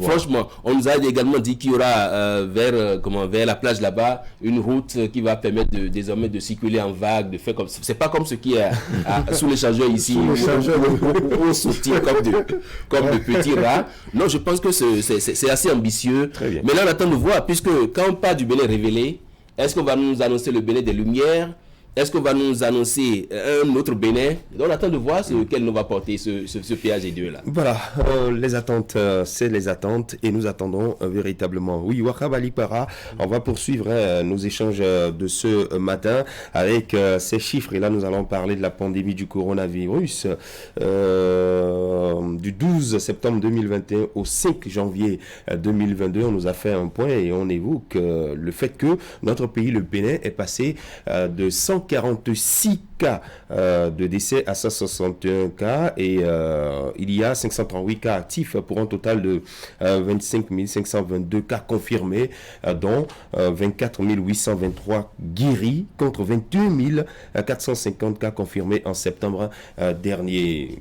Allons voir, 246 cas de décès à 161, c'est qu'il y a une évolution de la pandémie. Alors qu'on s'était dit qu'à un moment donné, bon, on a senti que, bon, la pandémie, on avait réussi à la contrôler un tout petit peu chez nous au Bénin. Qu'est-ce qui peut expliquer cette nouvelle vague? Non, je crois que techniquement, l'appréciation des cadres du ministère de la Santé aurait pu être plus appropriée. Mais toujours est-il qu'en dépit de tout, nous avons fait de grands efforts. Mais il faut en faire davantage. La réticence qu'il y a encore, en dépit de toutes les explications, des sorties médiatiques du ministre de la Santé, de ses collaborateurs, du président de la République. Vous n'êtes pas sans savoir que le chef de l'État, en décembre dernier, à la face des députés, a rappelé comment lui-même, il ne comprend pas la réticence des populations à sortir pour se faire vacciner. Et il précise que la seule porte de sortie face au coronavirus, c'est le vaccin. Les différents vaccins ont fait leur preuve. Donc, il y en a qui, sur les réseaux sociaux et autres canaux de communication, continuent de travailler sur le mental des populations. Je crois qu'on doit pouvoir faire confiance à nos autorités. Cette crise de confiance liée à ce qui est, je dirais, divulgué ou publié sur les réseaux sociaux doit s'estomper, doit disparaître pour faire place à la confiance à nos autorités. Ma foi, je ne vois pas ce qu'un chef d'État a à gagner lorsqu'il doit exterminer à travers des vaccins, et ce, consciemment, n'est-ce pas, à travers des vaccins, ces populations, ceux qui l'ont élu et ceux qui gouvernent. Sinon, ce seraient les bœufs et les moutons que vous allez gouverner, dirait un artiste. Ça veut dire quoi? Il nous faut reprendre et mettre un peu plus de rigueur en ce qui concerne le respect des gestes barrières. Il nous faut convaincre nos parents, ceux qui, peut-être parce qu'ils sont au village et qui estiment que le coronavirus concerne ceux qui portent des vestes, c'est-à-dire ceux qui sont en ville, dans les zones urbaines et autres. Non, ce n'est pas une maladie qui cible les plus beaux, les plus vilains, les plus riches et les plus pauvres. C'est une maladie qui concerne tout le monde. On a même parlé de pandémie. Ça prend une allure plus grave. Et les cas de décès qu'on enregistre, ce sont des pertes aussi bien pour l'humanité que pour la nation. On a besoin... Oui, aussi, c'est ça, je disais, aussi bien pour l'humanité que pour la nation prioritairement, d'accord, parce que ces personnes décédées, on a besoin de leur énergie, n'est-ce pas, pour construire le pays. Mais malheureusement, ils sont partis. Il va falloir que tous nous travaillons à travers le respect des gestes barrières en sortant massivement pour aller nous faire vacciner. Je pense qu'en ce moment, on aurait contribué à appuyer sur stop. On a semblé tourner le dos aux gestes barrières et amende parfait à Niambossou lorsque vous regardez dans le quotidien du Béninois aujourd'hui. Bon, ça ne dit plus grand-chose, hein? Le port du masque, le lavage systématique des mains à l'eau et au savon. Et à côté de cela, la réticence au vaccin. Oui, vous avez posé là 3 questions en une seule. C'est une question. 3 questions en une seule. Parce que, oui, quand on parle du pass sanitaire, j'ai suivi une communication à l'occasion de la rentrée du barreau béninois sur le pass sanitaire. Faut-il l'imposer? Je pense que la conclusion qui a été tirée de cette communication, c'était de voir un peu dans la proportionnalité, de voir si dans notre pays comme le Bénin, il y a autant de dégâts pour qu'on puisse imposer ce pass sanitaire-là ou ce pass vaccinal, si vous voulez. les avocats et dans leur majorité ont dit oui, c'est vrai que nous n'avons pas atteint encore ce dégât, ce taux de dégâts comme on le constate dans d'autres pays avec des millions de morts. Chez nous, au Bénin, on n'en est qu'à 100 et quelques. Mais qu'il faut essayer de voir comment on ajuste un peu les choses. C'est ça d'ailleurs qui fait que déjà que le vaccin, même on ne n'a pas dit que ça protège à 100%, c'est vrai que ça évite les formes graves de la maladie. Et il faut faire en sorte à sensibiliser un peu les populations. C'est vrai que dans plusieurs quartiers aujourd'hui de Cotonou, de Godomè, on en voit qui exposent leur instrument là et qui font sortir les populations pour se vacciner. Mais sur le plan de la sensibilisation, je ne vois pas encore nos chefs, nos élus locaux prendre ce dossier à bras-le-corps pour gongonner dans les quartiers, pour dire allez vous faire vacciner à tel endroit, il y a des trucs. Vous découvrez juste un matin qu'il y a une équipe qui est là, qui vaccine. Je pense qu'il faut travailler dans ce sens. Il faut travailler aussi à montrer à la population que oui, quand on se vaccine, cela ne vous éloigne pas totalement de la maladie. Et ça vous permet de ne pas développer les formes graves. Mais de là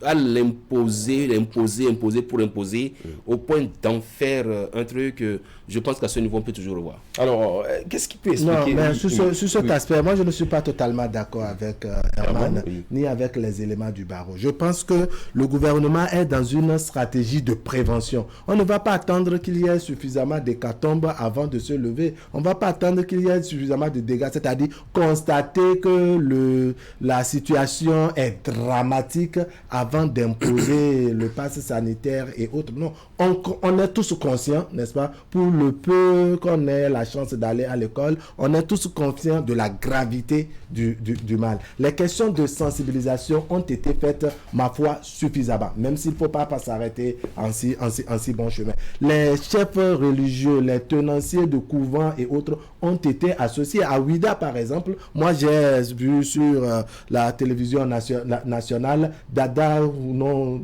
Mounon, on a deux, n'est-ce pas, qui a été associé, qui passe un message, des imams, des pasteurs, des prêtres, des rois et autres, qui ont été associés à ces messages. Et ça passe dans différentes langues. Donc je pense qu'un grand travail est fait à ce niveau. Et la sensibilisation ne doit pas seulement se limiter au niveau des membres du gouvernement, au niveau du ministère de la Santé et autres. Cette sensibilisation, ça nous concerne nous tous. Pour nous qui avons au moins compris la gravité de la situation, il nous faut partager ces réalités avec nos parents à la maison, au village. Merci. Et donc, il faut travailler à ce que ce message... Ce n'est pas la contre-communication qui a pris le pas sur la véritable communication. Oui, voilà pourquoi des gens on n'a pas l'information, vraie. Et très rapidement, vous allez voir que dans la psychologie du Béninois, si on n'est pas dit de l'humain en général, le mal prend le devant. On ne fait pas trop confiance à nos autorités, et donc vous allez à l'école, c'est un maçon qui vient vous parler, je ne sais pas, des questions de soudure, c'est un conducteur de Zemindia qui n'a pas une qualification. Ça ne veut pas dire que dans les Zemindia il n'y a pas de qualification. Moi j'ai mes promotionnaires de l'université parmi les conducteurs de Zemindia, on a des docteurs, des médecins, mais vous avez un conducteur de Zemindia qui n'est pas qualifié, qui n'est pas dans les rouages du régime, mais qui vous apporte une information et il tient à vous en convaincre, vous voyez. Et très rapidement, on lui fait plus confiance, lui, conducteur des îles, parce qu'on estime qu'il est vecteur d'information et tenancier, je dirais, d'informations vraies. On lui fait plus confiance que celui qui est praticien, qui est médecin, qui s'approche beaucoup plus des malades et les soigne au mieux de ses moyens. Donc, je crois que c'est une confusion. Je pense que sur ce que Wahab a abordé comme nuance dans ce que j'ai dit, je ne dis pas que les chefs traditionnels ne sont pas associés. Je dis, vous découvrez un matin dans votre quartier des agents de santé qui vaccinent.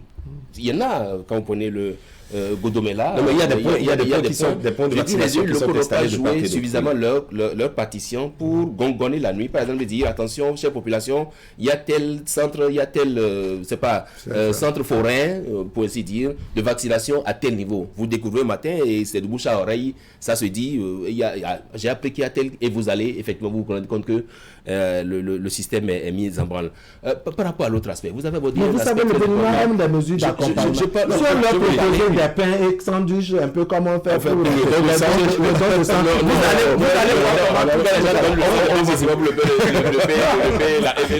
voir pour la communication. Pour la communication, et c'est en cela que je voudrais que le gouvernement puisse prendre le dossier à bras le corps. Vous entendez des tonnes et tonnes de choses. On vous dit quelqu'un s'est fait vacciner et quelqu'un s'est vacciné, il a le bras enflé, ça fait ma jambe mes deux jambes réunies.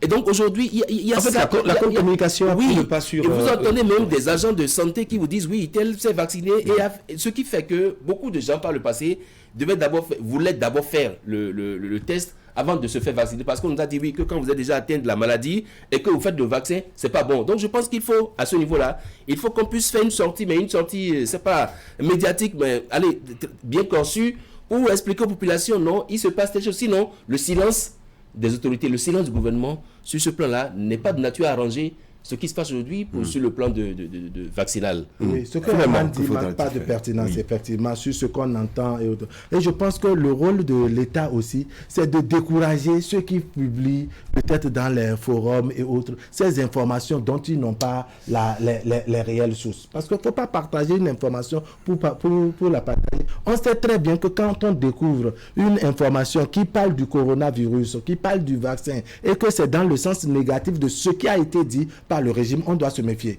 On doit se dire, mais quand même, j'apprends de telle personne qui s'érige en médecin, qui est en blouse ou en blouson et autres, et qui dit que aller se faire vacciner, c'est une mauvaise chose. Faire ci est une mauvaise chose.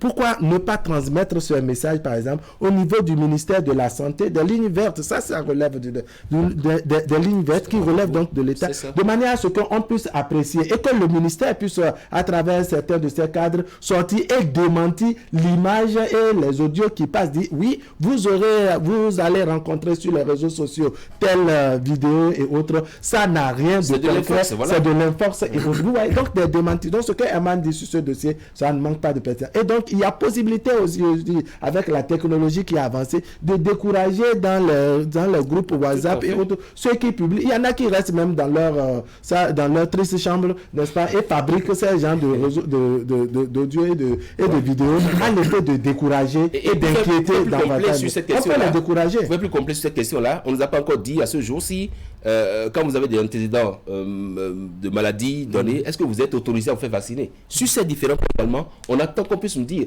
si j'ai une maladie, mettons, je suppose, je touche du bois, si j'ai une maladie grave, est-ce que je suis obligé de faire vacciner? Voilà autant d'éléments sur lesquels on attend les spécialistes de la question, de la santé, pour qu'ils nous disent encore que est-ce qu'on a déjà la parfaite maîtrise de la maladie aussi. Voilà, ce sont des questions avec les variants que nous avons toutes les fois, chaque fois et toutes les fois.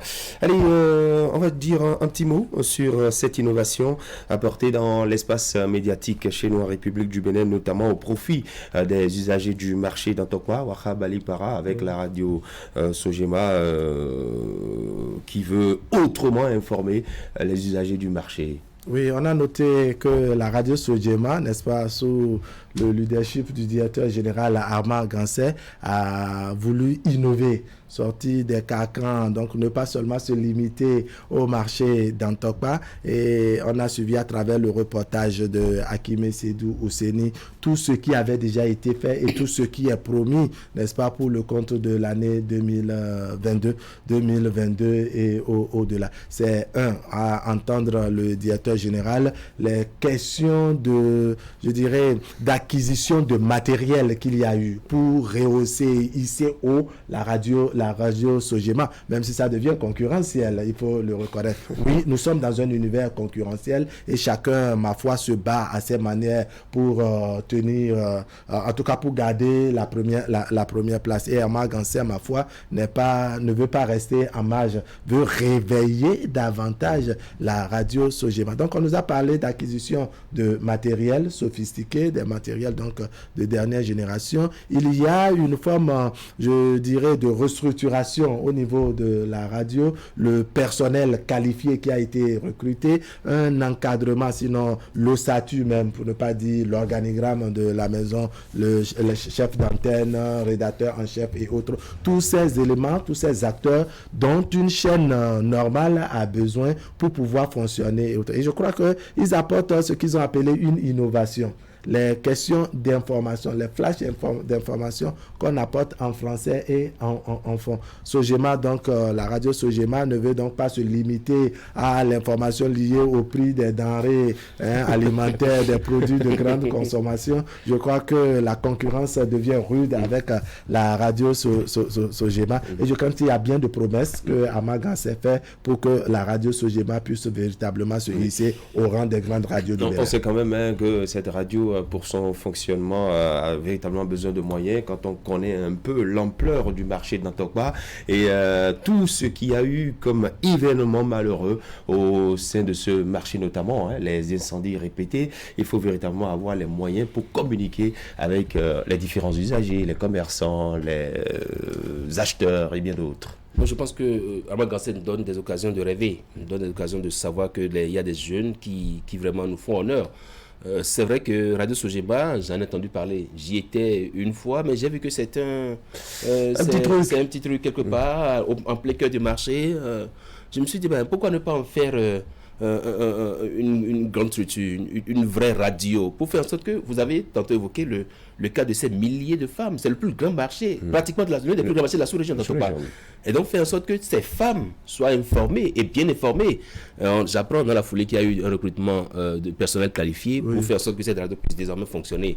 Mais une radio, c'est aussi le matériel technique. Il a acquis ce matériel technique-là au profit de la radio. Et donc je pense que c'est une bonne chose. Et il envisage faire de cette radio une radio qui communique au-delà même d'Antokba, que ça aille loin, pour faire en sorte que d'autres femmes des marchés soient aussi informées. C'est une bonne chose, c'est une bonne mesure. Je pense que c'est bien pour la gestion de la Sogema. Encore que à la Sogema, généralement, ce n'est pas ce qu'on entend souvent. Le DG, il gère mal, il fait ci, des cris de cœur, des coups de gueule, des bruits de bottes et tout. Je pense que ça montre qu'il gère bien. Voilà. Allez, un mot sur ces assises nationales du côté du Mali, où on s'attendait à une transition qui allait durer quelques mois. En février déjà, on se préparait donc aux élections, mais les assises nationales ont accouché d'autres nouvelles. Herman Parfait à Niamboussou, la transition sera prolongée de 5 ans, pratiquement un mandat. Oui, je pense que le Mali nous donne une image, l'image d'une Afrique qui est en train de prendre son destin en main. Je ne suis pas de ceux qui pensent que oui, il faut agir comme ça. De cette manière-là. Oui, parce que justement, on nous a parlé d'assises. Et c'était censé, la CEDEAO avait imposé une petite transition pour qu'on remette. Mais bon, comme le dit souvent Arabe, au problème malien, il faut des solutions maliennes. Et donc voilà, je pense que je suis là. Si la solution, c'est qu'on aille avec cette transition-là, pour que le Mali puisse retrouver sa pleine forme, pourquoi pas? Il n'y a que les Maliens pour nous le dire.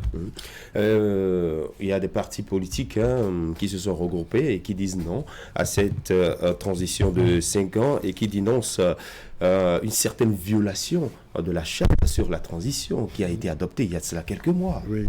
Quand le Bénin en 90 organisait la conférence, soyez rassurés, jusqu'à la date du 6 janvier 2022, tout le monde n'était pas d'accord.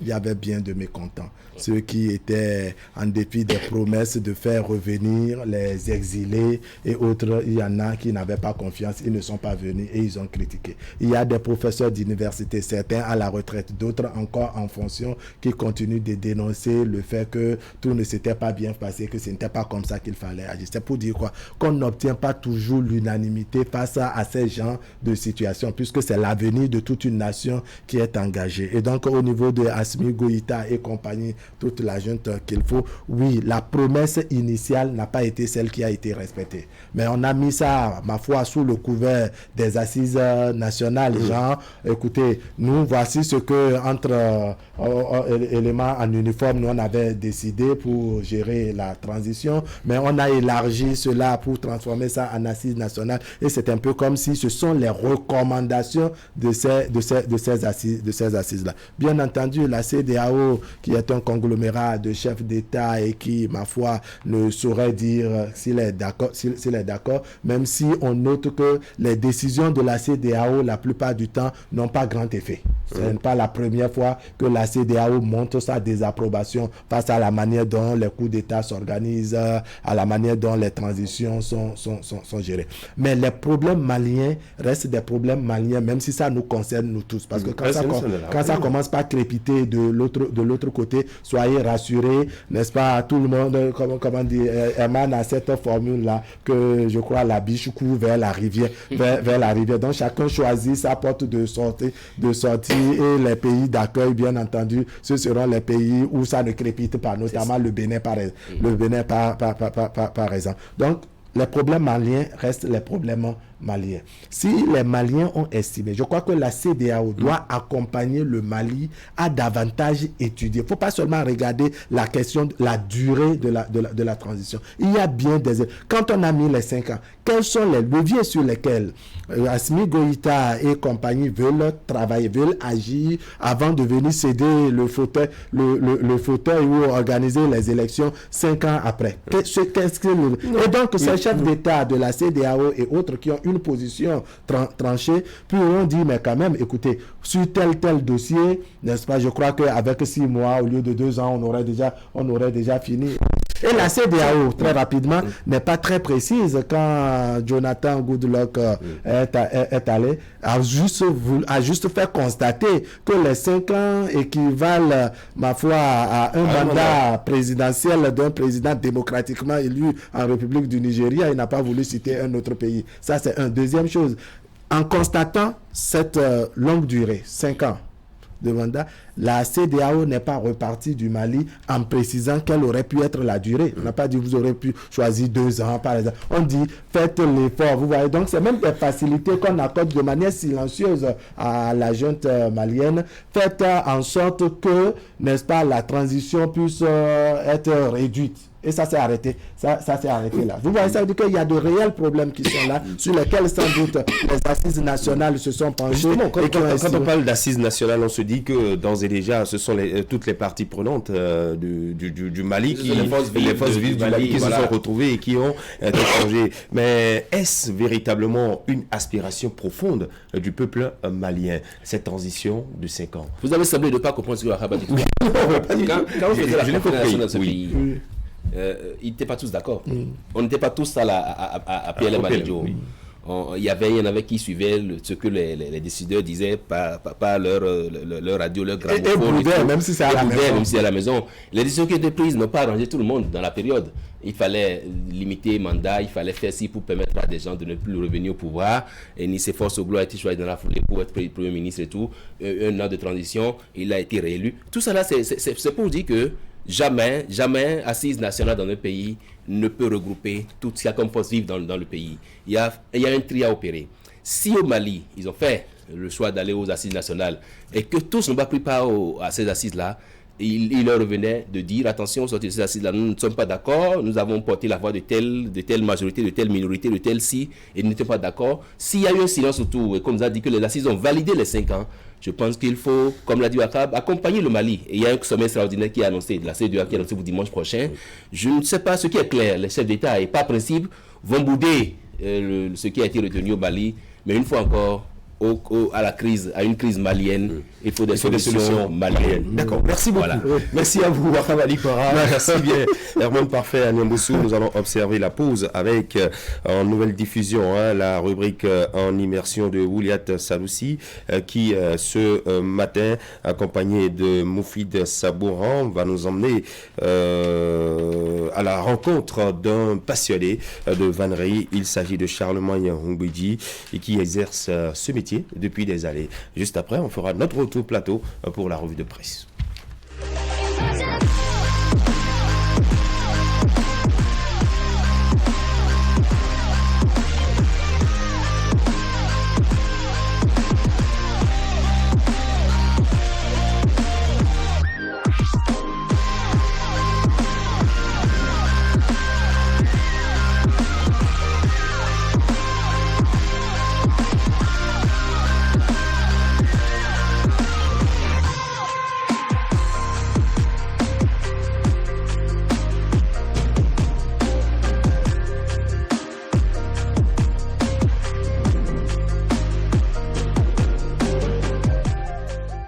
LBM,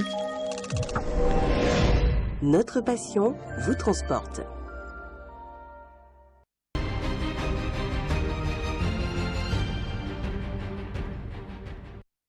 Aujourd'hui, nous sommes avec Monsieur Charlemagne Mougbedji. Il est vannier de profession. C'est dans son atelier que va se dérouler notre immersion. Bonjour Charlemagne. Bonjour Madame la journaliste. On est dans votre atelier aujourd'hui pour découvrir ensemble avec les téléspectateurs ce que vous faites. Dites-nous, qu'est-ce qu'on peut comprendre par la vannerie en fait? La vannerie, c'est une forme d'art sur laquelle on travaille beaucoup de choses. On fait les tresses, on travaille avec le rotin, on travaille avec du bambou, la liane, les raffias. En fait, on arrive à réaliser beaucoup de choses dans la vannerie. Qu'est-ce que vous réalisez pour nous aujourd'hui? Rapidement, on peut vous faire réaliser un petit panier pour démontrer ce que c'est que la vannerie. D'accord. On y va, monsieur? Ok, il n'y a pas de souci. Eh bien, Charlemagne Mougbedji, la réalisation du panier va démarrer. Oui. On a besoin de quoi et quoi? Donc, pour réaliser les paniers, on commence déjà, on découpe déjà le contreplaqué sur la dimension voulue. Et après, on fait le montage des tiges. Et là, on procède vers les tresses. Donc là, je vais essayer de découper mon panier sur la dimension voulue.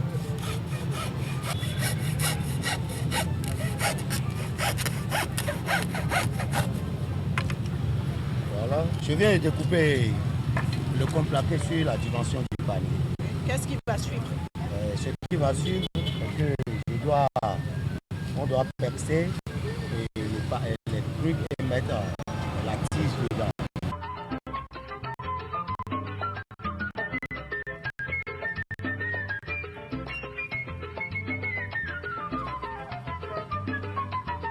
Voilà, j'ai les tiges avec moi. Oui. Et on procède comment? Vous voyez, je les fixe dedans.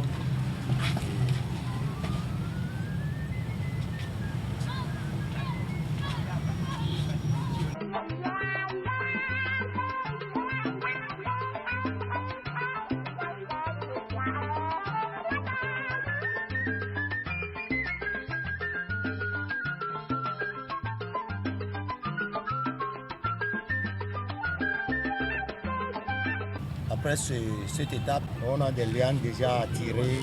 Bon, c'est avec ça on fait les tresses.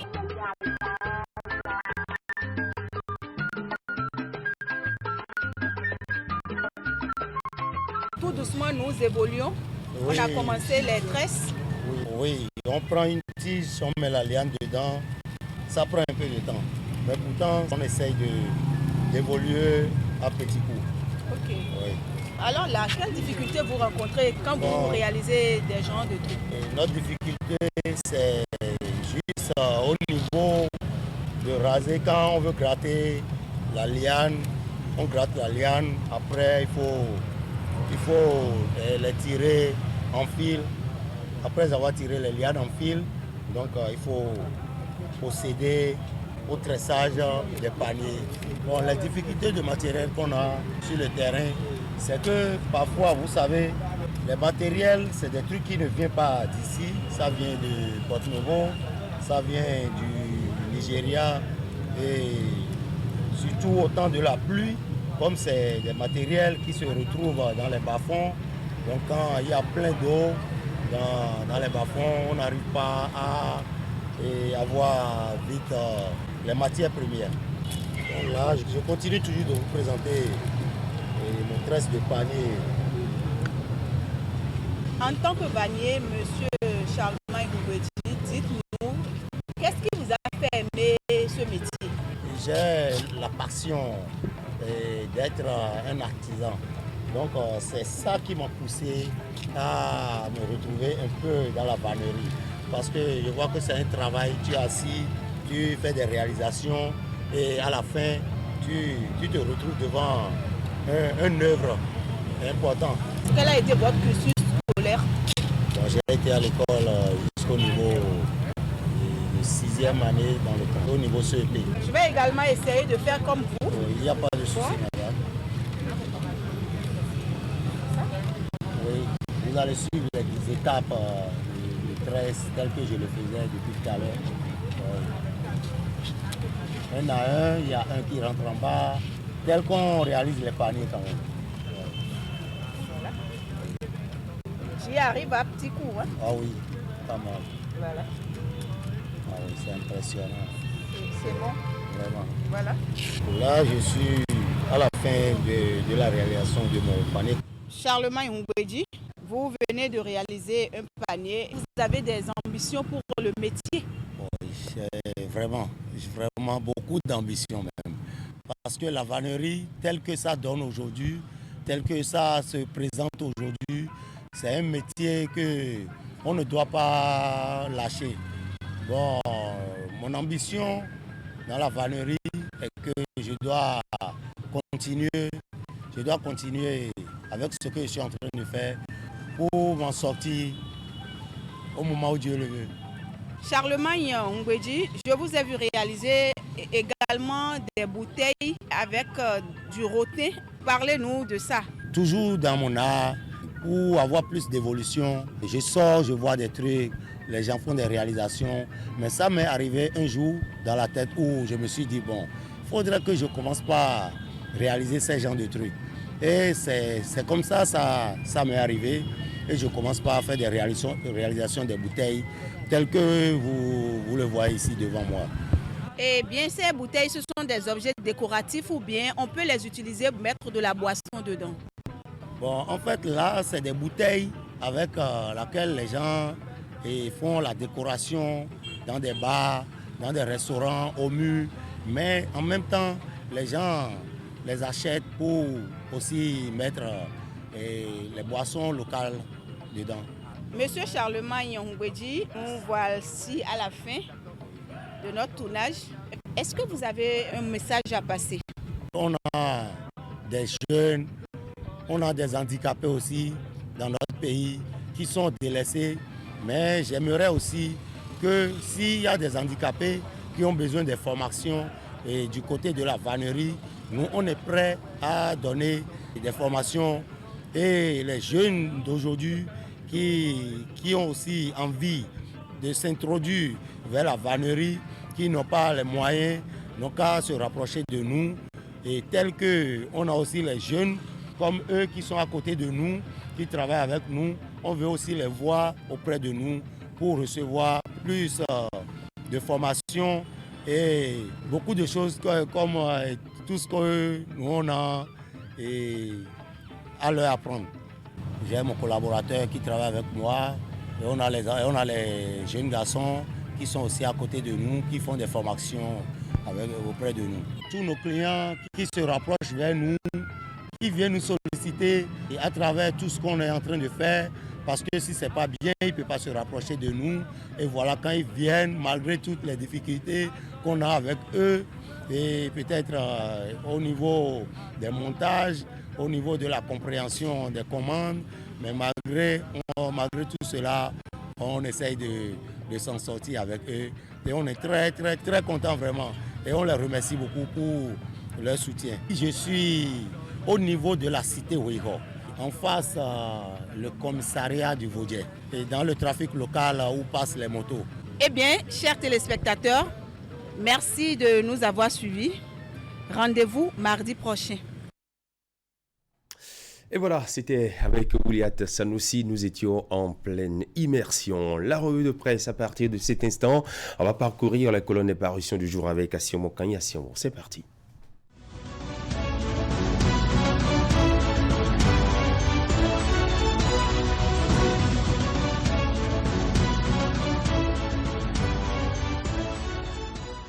Bonjour à toutes, bonjour à tous. Ce qui va faire l'actualité ce jour, c'est la présentation du programme d'action du gouvernement Talon 2 et comme le renseigne le quotidien L'Actualité, le palais des congrès de Cotonou abrite ce jour la dite présentation selon le journal, validée en conseil des ministres le 15 décembre et très attendue des populations. Il ne s'agira pas pour cette fois-ci d'une grand-messe comme celui du PAG Talon 1. Pour Fraternité, ce sera l'occasion pour le gouvernement de donner plus de détails sur les actions prévues dans ce document, devant lui servir de boussole à coup sûr, comme ce fut le cas il y a 5 ans. L'expertise des ministres sectoriels sera sollicitée pour éclairer les lanternes des invités à la dite présentation. Des stratégies et des ressources prévues pour booster l'économie, les secteurs de l'énergie, l'agriculture, la santé, le sport.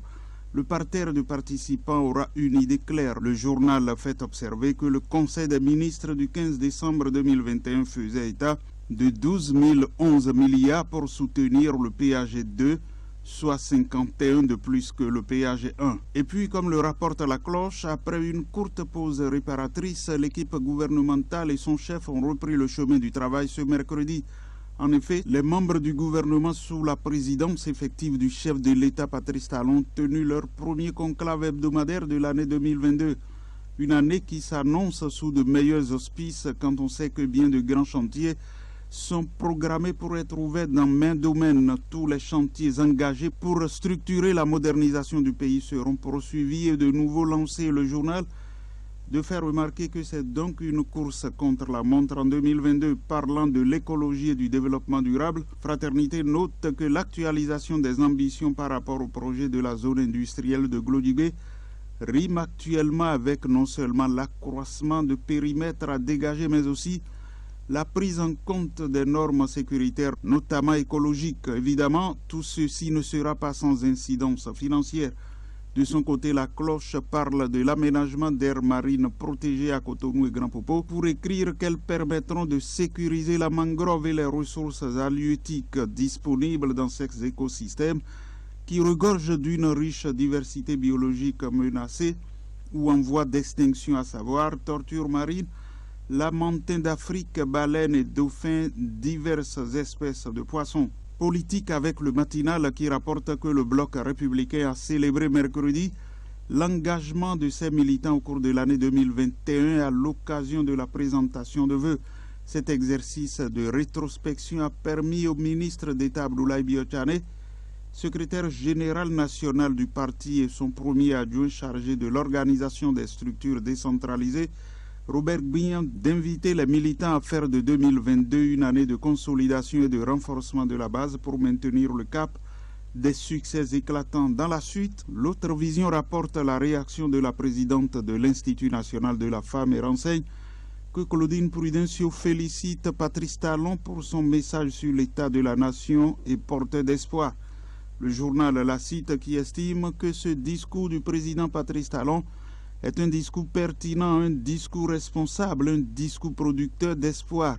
Un discours responsable parce que le chef de l'État a réaffirmé la posture d'un État digne, décidé à donner les moyens adéquats à nos forces de défense et de sécurité pour arriver à bout des velléités des groupes terroristes contre notre pays. Pour sa part, l'économiste du Bénin renseigne que la campagne de communication dénommée Stronger Together 2021 du projet d'autonomisation des femmes et du dividende démographique au Sahel, dont la thématique centrale est éducation et leadership féminin, a été lancée mercredi par Véronique Toinfodé, ministre des Affaires sociales et de la microfinance. Il vise à infléchir les facteurs qui constituent des freins à l'atteinte de la transition démographique. Enfin, l'autre vision révèle ce matin que Jupiter Consulting Afrique initie le samedi 15 janvier un séminaire de formation sur le thème « Nouvelles mesures de la loi des finances gestion 2022 ». Selon le journal, il sera question des impacts sur la stratégie fiscale de l'entreprise.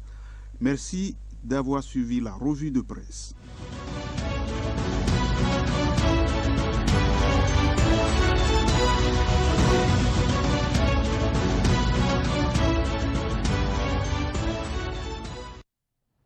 Voilà, c'est la fin de la matinale sur Canal 3. Chez vous, c'était Actu Matin. Merci de votre attention. Très bonne journée du jeudi. À demain. D'ici là, portez-vous bien. Gardez le sourire. Au revoir.